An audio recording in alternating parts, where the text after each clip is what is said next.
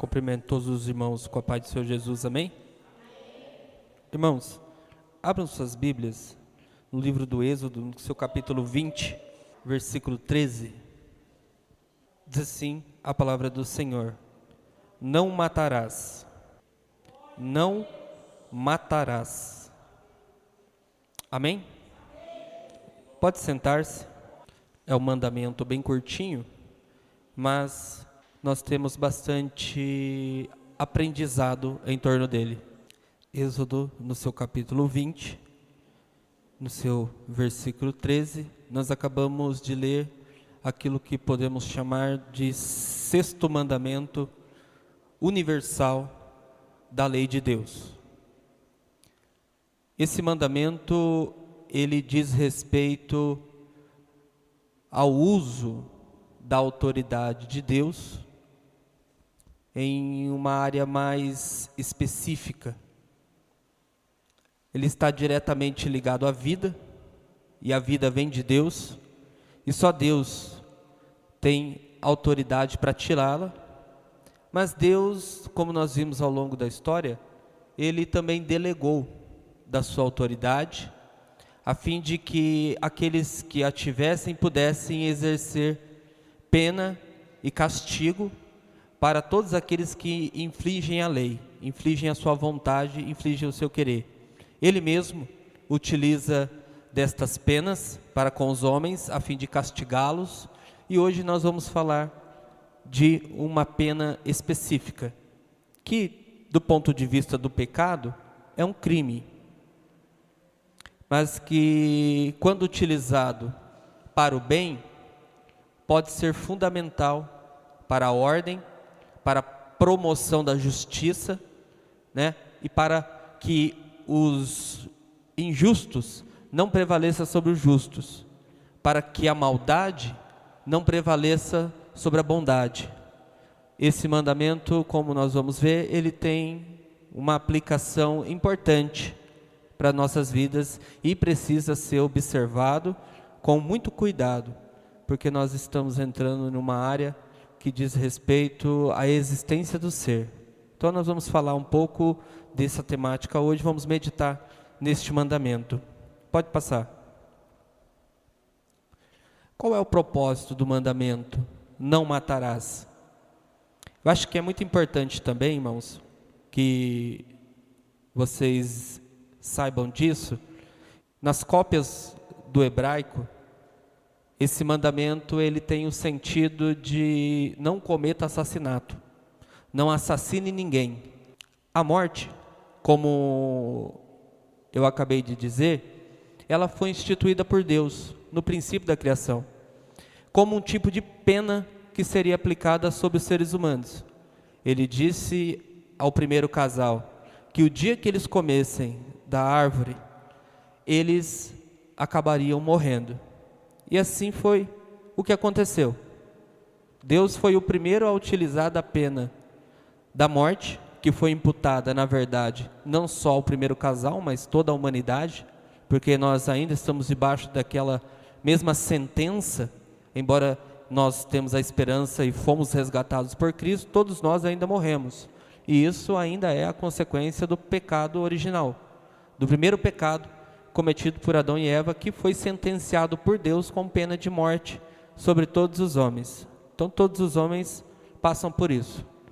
Mas há um propósito nesse mandamento, e nós precisamos entender qual é o propósito de Deus ao determinar que não é, que é proibido que se cometa o homicídio. Esse mandamento proíbe a malícia em todos os seus graus e em todas as suas manifestações. A Bíblia, ela faz uma distinção, ela diferencia o que é ira e o que é malícia.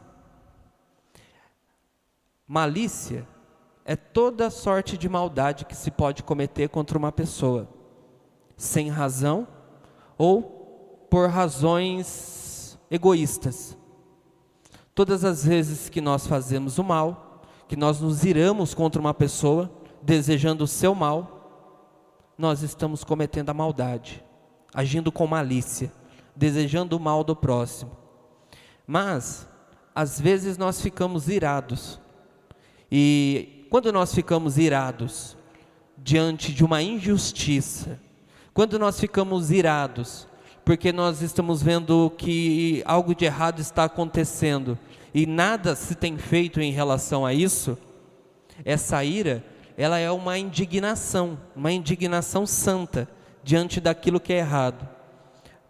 Nós vimos Jesus que manifestou a sua ira e agiu, né, em relação àquelas pessoas que estavam vendendo animais e objetos na frente do templo. Uma explosão emocional, mas que estava totalmente controlada. Aquilo era puramente uma indignação. E nesse sentido, todas as vezes que qualquer um de nós aqui nos indignarmos por causa do pecado, por causa de alguma coisa errada, e ficarmos muito irados, isso em si não sequer quer ser um pecado. Isso é uma indignação contra o mal. Quando essa ira busca a justiça, anseia pela justiça, que se faça justiça, isso é bom. Até o próprio Jesus, nosso Deus, manifestou esse sentimento. Agora, quando a ira é sem fundamento, sem sentido, mas é só um desejo de que o mal alcance a vida do meu próximo, então isso constitui esse pecado. E a malícia, ela está em todas as áreas. Você pode agir com malícia, com maldade, em todas as áreas da vida. Você pode praticar o mal, desejar o mal, ou fazer o mal dentro da sua família, no seu trabalho, aqui na igreja e nas demais áreas, aí na escola, né? Nas demais áreas da sua permanência. A ira, ela é permitida e até mesmo esperada, né? Em certas situações. Se espera que uma pessoa, que por exemplo um cristão, que está diante de uma coisa errada, que ele fique indignado e irado, né? Não feliz e contente. Então, é algo que até mesmo é esperado. Agora, a malícia, ela é sempre proibida.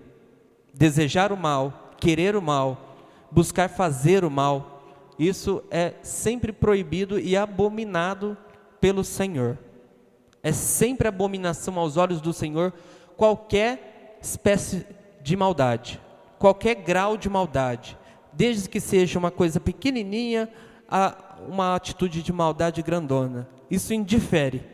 Deus abomina a maldade e vira o seu rosto para que não contemple o mal moral. Pode passar. Ainda no propósito do mandamento, no decálogo, que são os 10 mandamentos, é sempre selecionado a mais elevada manifestação do mal para a sua proibição. Quando nós falamos da maldade, que Deus proíbe, e esse é o ponto central do mandamento, qual é o grau maior da maldade, que a maldade se manifesta? É quando a maldade chega a tal ponto que o homem quer tirar a vida do outro. Então, os mandamentos, eles seguem essa regrinha. Eles falam de questões gerais. Quando nós falamos na semana passada da questão geral de que a autoridade precisa ser respeitada e que o pior exemplo de quebra de autoridade é quando o filho desobedece o seu pai, aqui nós temos a mesma ideia, de que a maldade, em todas as suas esferas e graus, é proibida, mas o maior grau da maldade é esse, em que o homem, na prática do mal, tira a vida do seu semelhante. Esse é o ápice, né? É onde se pode chegar mais longe na prática da maldade. Mas o mandamento não está incluindo somente o mal de matar, mas todas as formas que são menores dentro do próprio mal também estão inclusas. Não é só matar, mas todas as formas de maldade estão inclusas no 6º mandamento. Ao se proibir o homicídio, estão inclusos todos os graus de sentimento malicioso. Vejamos o exemplo a seguir. Veja, ao proibir o homicídio, ainda outros sentimentos também estão dentro dessa proibição. São sentimentos menores, em que o homem, por exemplo, não chega a matar o seu próximo, mas ele manifesta sentimentos de maldade para com ele. E isso em si já caracteriza a quebra do sexto mandamento. Não pela prática do homicídio em si, porque o homicídio precisa haver o ato consumado, mas dentro da regra geral do mandamento. E a regra geral do mandamento é que se deve preservar a vida, que a vida pertence a Deus. Pode passar. Nós temos um exemplo aqui. Jesus, ele vai citar o texto que nós lemos aqui do Antigo Testamento em Êxodo, no capítulo 20, versículo 13. Ele diz em Mateus capítulo 5, 21, ele diz assim, ouviste o que foi dito aos antigos? Ele está referindo-se ao Êxodo capítulo 20, versículo 13, aos 10 mandamentos. Ele diz, não matarás, e quem matar estará sujeito ao julgamento. Palavras de Jesus. E ele diz assim, mas eu, porém, vos digo, que qualquer que sem motivo, não é com motivo, é sem motivo, qualquer que sem motivo se irar contra o seu irmão, está sujeito ao julgamento. Veja, o primeiro grau seria o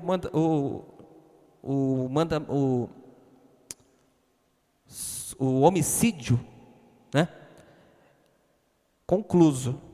Mas aqui, basta um sentimento de ira contra o próximo, e você peca no mesmo mandamento que condena a prática do homicídio. O mesmo mandamento que proíbe o mal em todas as suas esferas e graus, tanto que seja um mal menor, quanto um mal maior em intensidade ou grau de maldade. Então, basta você ficar irado, por uma razão tola, por uma razão egoísta, por uma situação qualquer, por um capricho seu. Basta você ficar irado e que você já está quebrando o sexto mandamento. Qualquer um de nós que ficar irado sem motivo justo. Mas eu tenho motivo. Não, motivo justo, em que justifique uma indignação diante de uma maldade.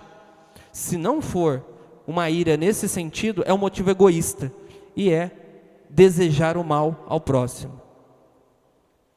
Nós sabemos que para o ato consumado, até se chegar no ato consumado, né, de você matar uma pessoa, você precisa antes alimentar certos sentimentos, né, nutrir no coração certos sentimentos em relação àquela pessoa, para que então você possa dar uma investida contra ela, né? Então, tudo começa em sentimentos menores até chegar num grau maior. E é isso que Jesus, desde lá de baixo, dos pequenos sentimentos, já está punindo e já está dizendo que estará sujeito ao julgamento. Aqui no contexto, nós estamos vendo que seria um julgamento civil, né? Mas também está contido, no mesmo contexto, um julgamento espiritual. Você pode ler depois o texto na sua casa. Pode passar. A Bíblia apresenta Deus como Criador do homem, segundo a sua imagem. Logo, este ser possui em sua essência elementos que pertencem ao próprio Deus. Elementos aqui são características, né? Quando Deus nos fez, Ele imprimiu em nós algumas das características que eram dele e continuam pertencendo a Ele. Além disso, Ele é o proprietário de toda a criação, e qualquer dano que se possa fazer a uma de suas criaturas que lhe pertencem, tal ato constitui em si uma afronta contra Ele. Todos os homens são de Deus, independente se os homens estão no pecado ou não. Todos os homens pertencem a Deus. Deus é o Criador de todos eles. E independente de qualquer coisa, nós não temos, ninguém possui autoridade para tocar em uma das suas criaturas, porque lhe pertencem. E quando nós, em nossa ação de maldade, infringimos, né, esta lei, nos afrontando uma de suas criaturas, querendo destruir uma de suas criaturas, fazendo algum tipo de maldade em relação às suas criaturas, é como nós estivéssemos fazendo para com Ele.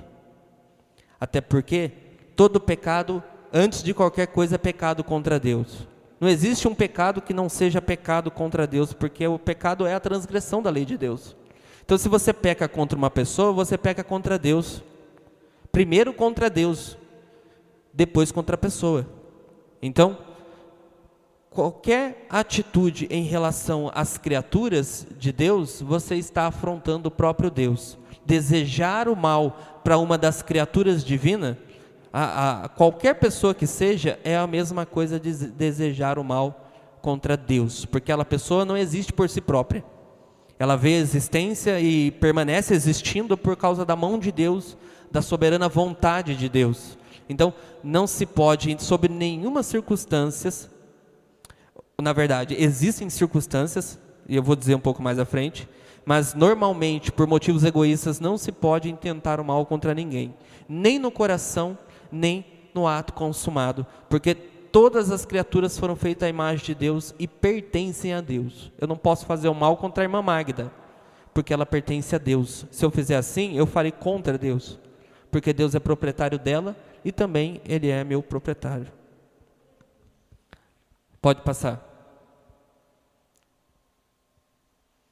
Os mandamentos, o mandamento propõe que amemos a todos os homens como os nossos semelhantes e criatura do mesmo Criador, assim como Jesus fez. Quando foi amaldiçoado, não amaldiçoou. Quando sofria, não ameaçava.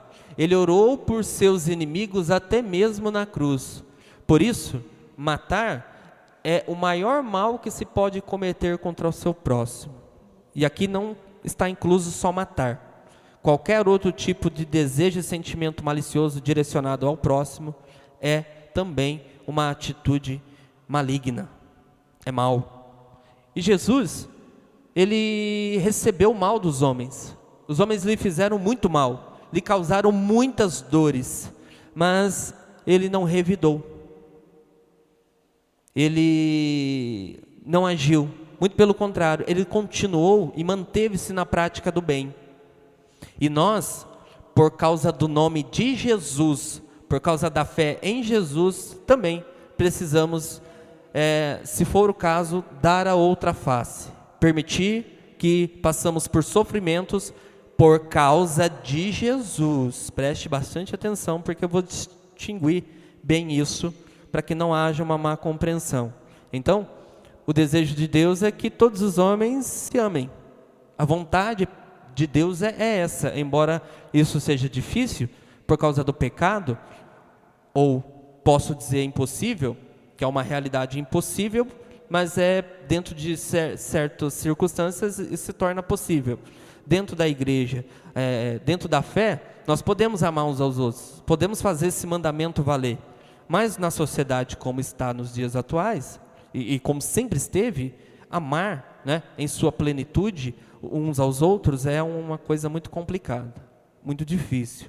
E nós vemos aí que, na verdade, o amor está na igreja, o amor verdadeiro, mas a maldade impera no mundo, está por todas as partes. Mas o desejo de Deus, o propósito de Deus com esse mandamento é que nós amemos a todos os homens como nossos semelhantes, como pessoas igual a nós, seres humanos. Pode passar. Ponto importante, e aqui nós, após entender o propósito do mandamento, nós temos que entender que este mandamento, ele proíbe todo tipo de assassinato que visa promover a maldade, além dos atos menores que o antecedem. Mas ele está diretamente ligado ao fato de que não se pode matar, não se deve matar para promover a maldade, como ato de maldade, como ato de vaidade, como hoje os homens fazem. Os homens matam por prazer, por vaidade, os homens matam por causa das suas cobiças, por causa dos seus interesses, E isso é condenável diante de Deus. Então, o sexto mandamento, ele proíbe o homicídio malicioso, aquele que é cometido com o propósito de satisfazer um sentimento de vingança ou uma vaidade. Mas é evidente que no mandamento não se inclui a pena capital, pois este tem o propósito de satisfazer a justiça, preservar a sociedade. Logo, devido a esses fins, fica evidente a legitimidade e a necessidade do castigo. Quando Deus institui essa lei, não matarás, né? Nesta lei, ela não está incluso, por exemplo, a pena capital, aquela pena que é imposta pelo Estado aos malfeitores para promover a justiça. Ela não se encaixa nesse mandamento, porque o mandamento ele está proibindo o tipo de homicídio malicioso. E quando o homicídio visa promover justiça, ele não é malicioso, muito pelo contrário, ele é um bem para a sociedade. O homicídio, quando promove justiça, ele é um bem para a sociedade. Eu vou falar um pouco mais sobre essa temática, mas é muito claro que nós estamos numa sociedade marcada pela violência, em que os homens eles praticam violência a olho nu, né? Impõem a sua força e a sua violência sobre os demais homens, matam à torto e direito e não podem sair impunes, né? Porque a vida é pela vida. Se foi tirada uma vida, então que se pague da mesma forma. Isso é justo, e como nós vamos ver diante das Escrituras, isso é até recomendado. Pasmem, pelo próprio Deus. Então, todo tipo de homicídio que visa para fazer a maldade está dentro do sexto mandamento, em que há uma proibição, não matarás. Agora, se o homicídio visa restabelecer a ordem, restabelecer a justiça dentro dos moldes legais, e eu estou pensando, pena capital é a pena que só o Estado, só os magistrados podem impor, isso é um bem para a sociedade. Pode passar. A Bíblia declara: se alguém derramar o sangue do homem, pelo homem se derramará o seu. Se alguém derramar o sangue do homem, pelo homem que foi derramado o sangue, se derramará o seu. Porque Deus fez segundo a sua imagem. Gênesis 9:6. Eu nem estou pegando um texto, que eu poderia pegar muitos, mas não vou pegar nenhum texto da lei mosaica. Não estou pegando. Eu estou pegando um texto que antecede a lei. E antecede o mandamento de Êxodo capítulo 20, que já é um mandamento que Deus deu para ser escrito. Então, antes de ser mandamento escrito, já era um mandamento determinado por Deus, quando Deus fez a aliança com Moisés. Perdoe-me, com Noé. Nós vemos aqui que essas palavras foram dirigidas dentro das cláusulas da aliança a Noé. E Noé, naquele momento, ele era o cabeça da civilização. Assim como Adão foi o cabeça da primeira, ele é o cabeça da segunda civilização. Porque até então Deus julgou o mundo e só existia Noé e seus filhos e sua família. Então, aqui nós estamos vendo que é um mandamento que não está dentro da lei mosaica, é um mandamento que antecede e que tem um caráter universal. Até nos dias de hoje, esse mandamento é válido. Alguns aspectos, eles mudaram. Por exemplo, que só o Estado pode exercer essa pena. E não é certo e não é correto que nós façamos isso. Há uma instituição que detém a autoridade para exercer essa pena, que é claramente apresentado aqui pela palavra de Deus desde o princípio.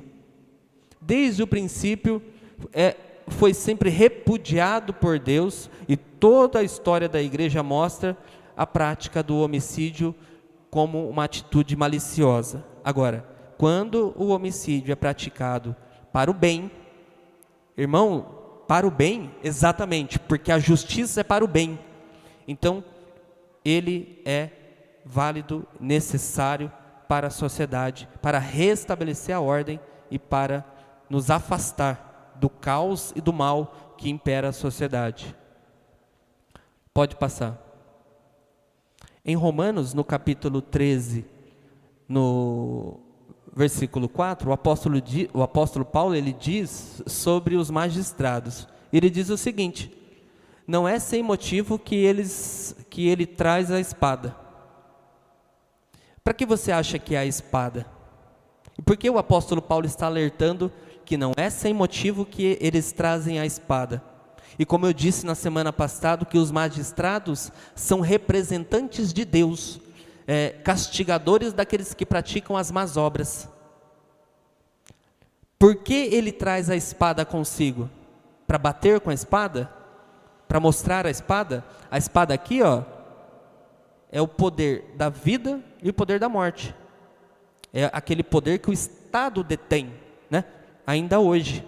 Então, quando o apóstolo Paulo está falando sobre isso, e acho que é até interessante, eu quero ler aqui os versículos que antecedem, nós vamos ver que o apóstolo Paulo fala num tom de positividade, que realmente essa é a responsabilidade do Estado e que o Estado tem que exercer, né? E aqueles que são do bem, pessoas de bem, principalmente os cristãos, devem temer, né, o Estado, e assim o Estado vai reverter isso em glória para aqueles que praticam as boas obras. Então, eu já tinha falado isso um pouco antes.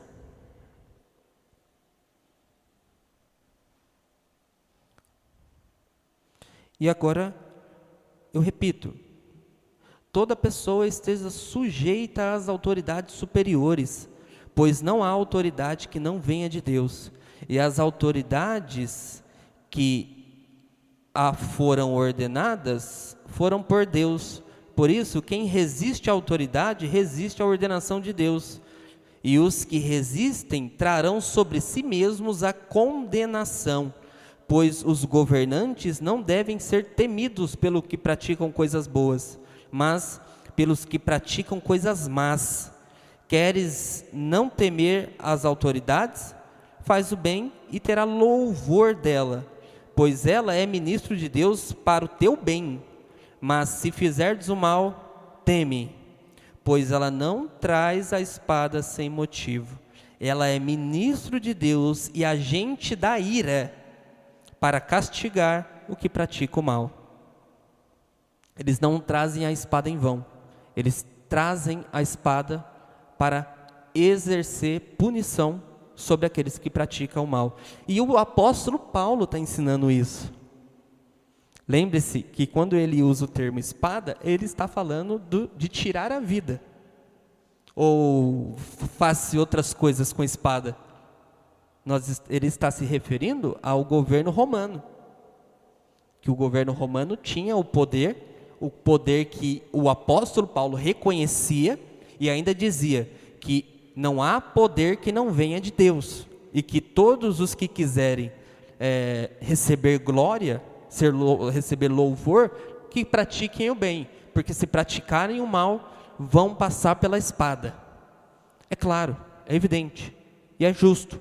Diante de Deus, sob a autoridade de Deus, que Deus impôs sobre o Estado.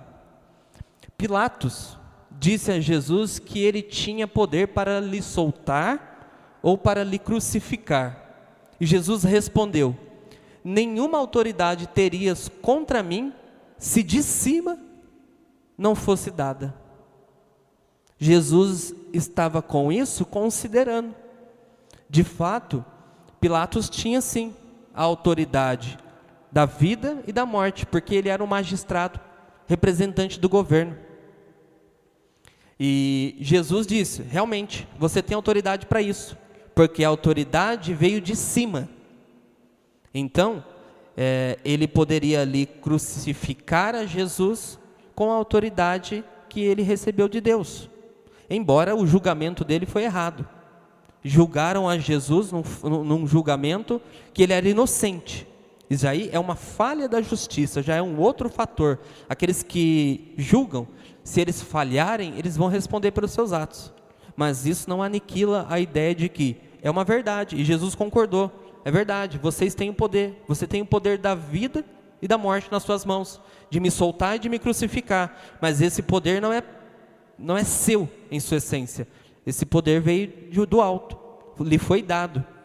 Então Jesus, ele não discorda em nenhum momento da autoridade do governo, o que deixa claro que diante dos malfeitores essa pena era plenamente aceita. E ainda Jesus salienta que veio do alto essa autoridade para punir os malfeitores. Pode passar. O apóstolo Paulo, ele diz em Atos no capítulo 25, versículo 11, que caso eu tenha praticado algum mal ou algum crime digno de morte, ele diz, eu não me recuso a morrer. Não me recuso. Se eu pratiquei algum mal ou algum crime e esse crime seja digno de morte, eu não me recuso a morrer. O apóstolo Paulo está falando diante das autoridades romanas. E ele tinha a noção de que alguns crimes são dignos de morte. Mas o crime que ele estava sendo acusado não era um crime digno de morte, porque ele estava falando a verdade. Mas, mesmo assim, o apóstolo Paulo considerou, se fosse algum dos crimes que mediante a lei, fossem dignos de morte, eu não me importaria de morrer, porque é justo. Se ele cometeu algum crime que é digno de morte, que a pena seria a morte, e geralmente os crimes que impõem a morte seriam aqueles crimes pela vida, que quando alguém matasse uma pessoa, ele pagaria com a vida dele, e é um desses crimes, o apóstolo Paulo está dizendo, né? Ele não se importaria de morrer se fosse para pagar pelo que ele fez. Mas ele está dizendo que não, que na verdade eu não estou cometendo nenhum crime, nenhuma maldade. Estou pregando a verdade. Paulo estava disposto a cumprir a pena de morte se tivesse cometido um ato de maldade à altura. Né? Nós sabemos que nem todas as infrações no antigo mundo, no Antigo Oriente, se pagavam com a morte. Né? Existem códigos de leis antiguíssimos, que, por exemplo, nós temos um código mais conhecido de todos, é o Código de Hammurabi, que ele tem uma datação anterior ainda a Abraão, um pouco anterior a Abraão, né?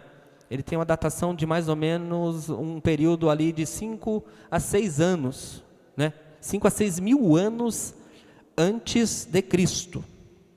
Então ele está um pouco mais perto de Abraão. E nesse código de lei, por exemplo, se você cortasse o dedo de uma pessoa trabalhando, você teria que dar o seu dedo também para cortar, porque era dedo por dedo. Se você cegasse uma pessoa trabalhando, você também seria cego. E daí por diante, né? E temos um monte de leis que também, dentro do código de Hammurabi, que pagava-se pela vida. Se você tirar a vida de alguém, você perde a sua. Né? Essa era uma noção antiga de justiça, que quando você vai ver nas escrituras do ensinamento de Deus, não está muito diferente. Né? Esse conceito de que aquele que na prática da maldade impõe o mal sobre a vida de alguém, a tirá-la, esse acaba tendo que pagar com a sua própria. E nós não vemos em nenhum dos textos que eu acabei de ler aqui, nenhuma contradição, nenhum tipo de resistência a essa ideia. Nós não vemos nenhuma resistência a essa ideia. E ainda nós pegamos as palavras de Paulo aqui dizendo, se eu tivesse cometido um crime digno de morte, eu não me importaria de morrer. Então é claro que o texto diz que Paulo tinha noção de que existiam crimes que são dignos de morte, que até mesmo os apóstolos viam. O Jesus reconheceu a autoridade de Pilatos, dizendo, você realmente, de fato tem, porque veio do alto, né? E o apóstolo Paulo fala dos magistrados, que os magistrados vêm de Deus. Então nós não vemos nenhum texto desses que eu li, e aí nós temos o apóstolo, nós temos de Jesus, né? Nenhum desses textos parecem contrariar a ideia de que quando o homicídio é feito para aplicação da justiça, nenhum desses textos apresenta isso com um tom ruim, não, muito pelo contrário, é um tom de aprovação. Pode passar. A experiência da humanidade ensina que, onde a vida humana é desvalorizada, ela é insegura. Onde o homicida escapa impunemente, os homicídios são terrivelmente multiplicados. A questão é prática. Quem deve morrer? O inocente ou o assassino? Basicamente, a ideia é: quem que deve morrer? O inocente ou o assassino? Eu acho que não precisa muito para chegarmos a essa conclusão. Em todos os lugares, segundo Charles Hodge, que a vida humana ela é desvalorizada, e essa desvalorização, é evidente que ele está querendo fazer uma crítica aqui ao Estado, no período em que ele escreveu o livro. Essa desvalorização se dá quando não há políticas públicas duras para a preservação da vida, duras contra criminosos, contra crimes, né, que são contra a vida. As penas que hoje existem, por exemplo, no nosso país, são muito brandas, são muito fracas e frágeis. Então uma pessoa intenta contra a vida do outro para matar, e 2, 3 anos a pessoa está solta. Ela vai presa, 2, 3 anos está solta. E ainda olhando para nós e dizendo: eu não devo nada para ninguém, está tudo pago. A pessoa ela causa um mal enorme para a sociedade, mas acha que 2, 3 anos preso vai pagar. O mal, depois de praticado, você não tem mais controle. Não tem mais o que fazer. O mal ele toma uma proporção assim que se perde.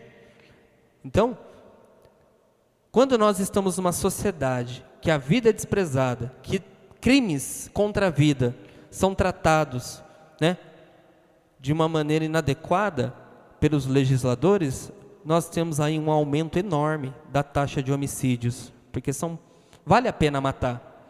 Eu estive em uma audiência, e o promotor de justiça falou assim: o azar desse rapaz é que ele não conseguiu matar, então ele vai pegar um pouco mais de cadeia, porque se ele tivesse conseguido matar, ele iria para casa hoje, porque ele não teriam provas naquele caso de que ele tinha matado. Então é mais fácil matar, do ponto de vista da nossa legislação hoje, é melhor matar do que tentar matar. Porque tentar matar tem uma pena mais dura do que o matar. Incrível, né? Pois é.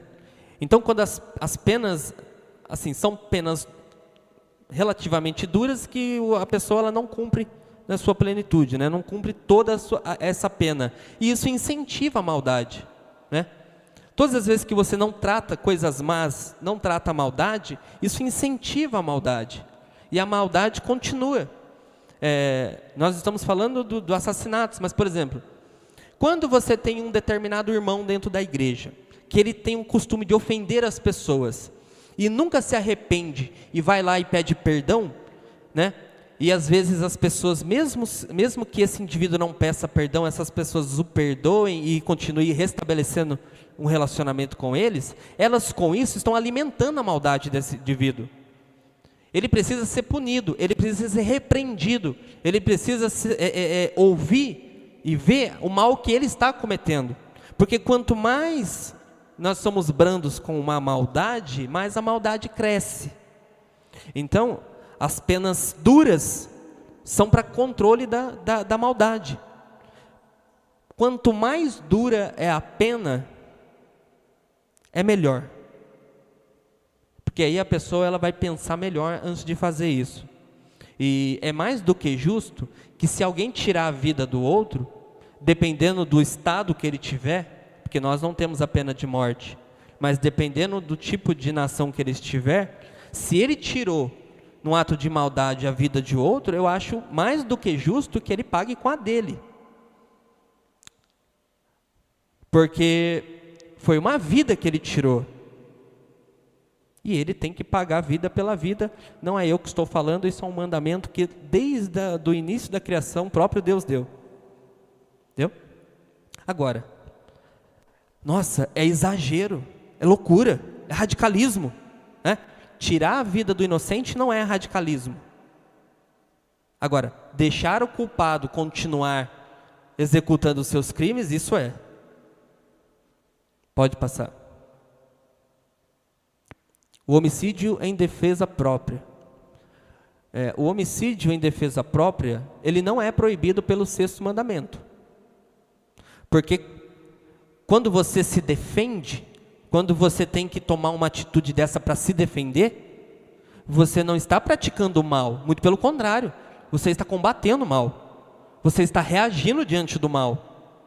Então, esse tipo de homicídio, ele não é malicioso. Graças a Deus, eu acredito que nenhum de vocês aqui precisou passar por isso. Mas, eu não descarto a possibilidade de um dia isso acontecer. Tantas pessoas passaram por isso, mas esperamos em Deus e confiamos em Deus, que Deus nos guarde e nos proteja, que não passemos por isso. Mas diante de uma situação em que minha esposa, meu filho, correm risco de vida, ou eu mesmo, como um ser, corro risco de vida em uma situação específica, naquele momento, né, que sejamos justos. Aquele que pratica o mal, que morra, e que preserve-se a vida do que pratica o bem. Pois a autopreservação, ela é um instinto natural. Eu acho que nenhuma pessoa ela vai querer passar por esse tipo de coisa. Nenhuma pessoa atacada vai permitir que essa pessoa ataque até morrer. E aí, se você pensar em textos como, por exemplo, aquele que eu citei lá no início, que Jesus disse que aos inimigos você tem que dar a outra face à tapa, eu acho que você não deveria usar esse texto, porque Jesus está dizendo lá em relação à perseguição por causa do nome dele.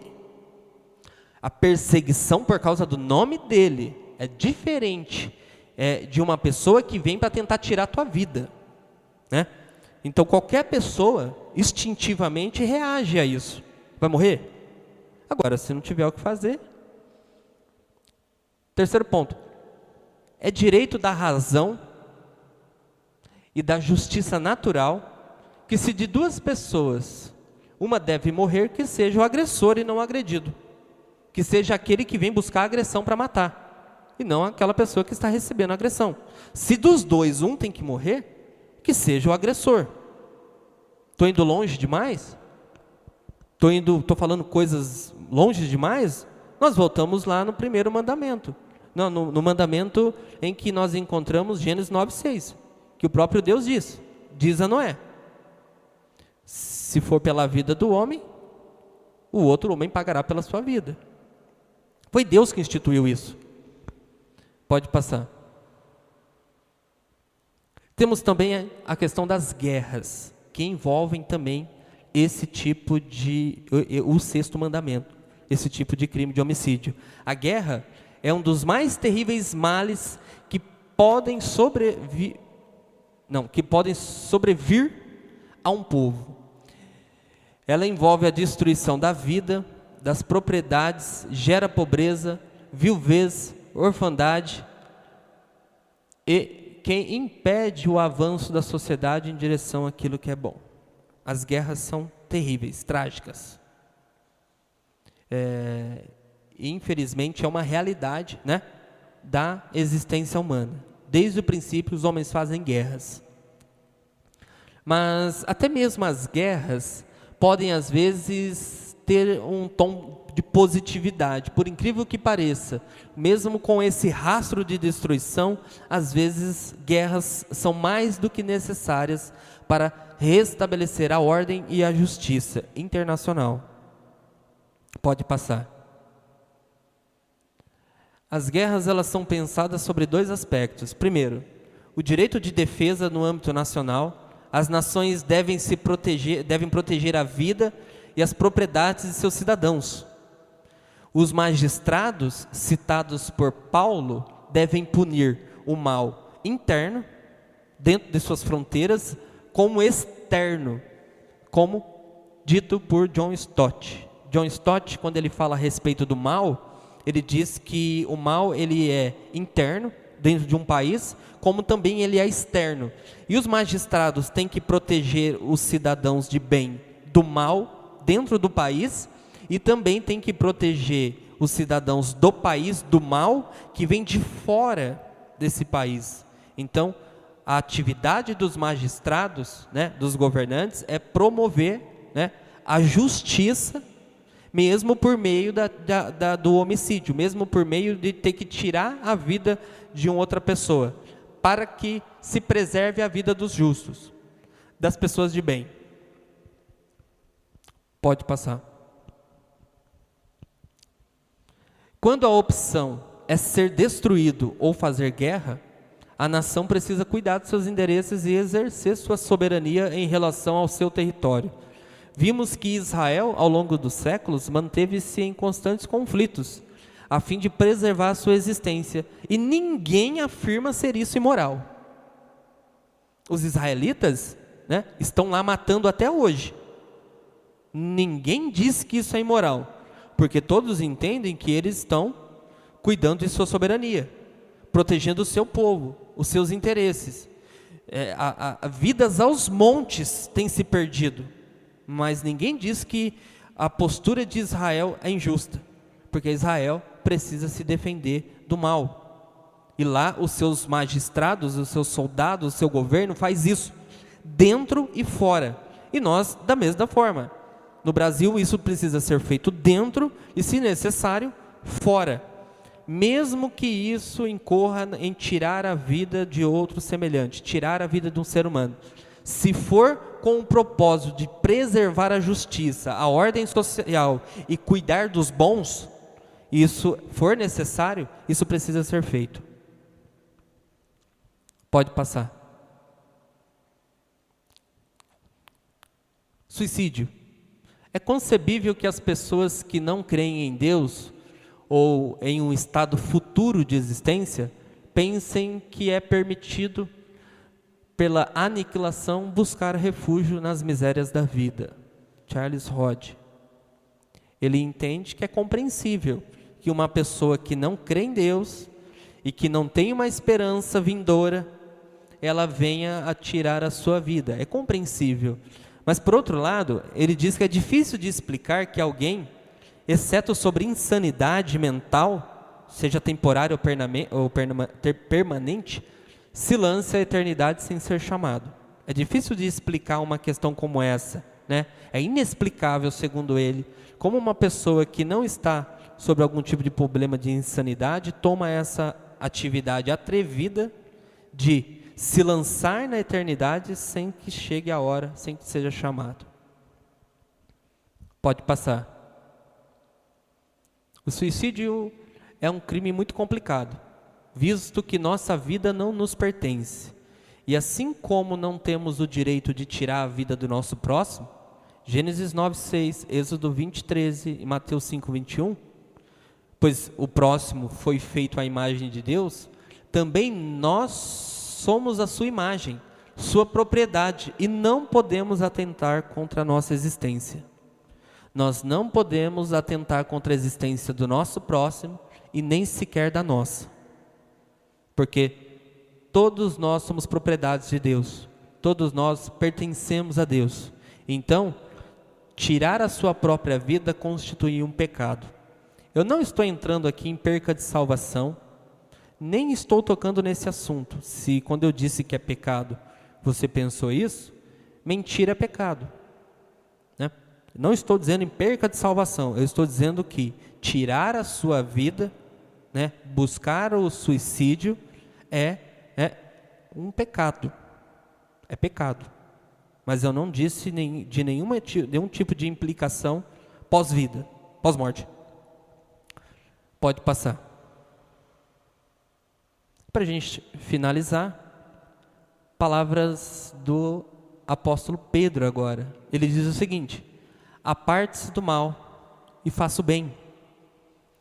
E ele, ainda no mesmo capítulo, ele diz que o rosto do Senhor é contra os que fazem o mal. Qual é a vontade de Deus? Que nós nos apartemos do mal e façamos o bem. Em tudo, em todas as áreas. Fugir da aparência do mal, não se envolver com a prática do mal, mas praticar o bem. Porque o rosto do Senhor é contra os que fazem a maldade. Então todos aqueles que matam, todos aqueles que desejam matar, todos aqueles que se iram contra o seu irmão, que se iram contra o seu próprio, que desejam o mal do seu próprio, do seu próximo, os olhos do Senhor, o rosto do Senhor se vira. Essa ideia de rosto virado é de reprovação, é de não relacionamento. É de como se Deus ele se afastasse dessas pessoas, ele não quisesse ter um compromisso com essas pessoas, ele tivesse repúdio a essas pessoas, porque desejam o mal. Então, quando você olha o mandamento não matarás, você está pensando numa coisa que você provavelmente nunca vai fazer, que nós provavelmente nunca faremos, que é tirar a vida de uma pessoa. Mas esse mandamento é mais abrangente, e o simples fato de você desejar o mal, irar-se contra seu irmão, pecar contra seu irmão, já constitui a quebra do quinto mandamento, do sexto mandamento. Então, a vontade de Deus e o ensino apostólico é que nós, como seus filhos, nos apartamos do mal e façamos o bem. Amém, irmãos? Eu quero dar oportunidade, em relação a essas coisas que eu falei, quem tem alguma pergunta? Quem ficou com alguma dúvida? Irmão, eu tive uma dúvida, você falou uma coisa muito perigosa. Pode perguntar. Tem alguma dúvida? Eu tenho aqui alguns textos separados, e provavelmente, se você tiver alguma dúvida, eu posso repeti-los. Alguém quer fazer alguma pergunta? E Sansão? Sansão, ele era um homicida, porque ele matou várias pessoas? Sansão foi ordenado por aquele que disse não matarás, que é Deus. E o mandamento só pode ser ressignificado, como Jesus fez, porque Jesus é Deus. E o mandamento só pode ser quebrado quando é instituído por Deus. Deus, quando disse a Sansão para matar os filisteus, ele fez porque ele já tinha um propósito de julgar os filisteus pelos seus pecados. Então ele diz a Sansão que Sansão os mate. Então, Sansão estava naquele momento fazendo justiça para Deus. Ele era um magistrado de Deus, ele estava julgando outros povos para a glória de Deus, embora ele mesmo passou pelo julgamento divino. Porque Deus é justo. Uma hora ele usa você para julgar uma questão, outra hora você é réu, e ele cobra de você também.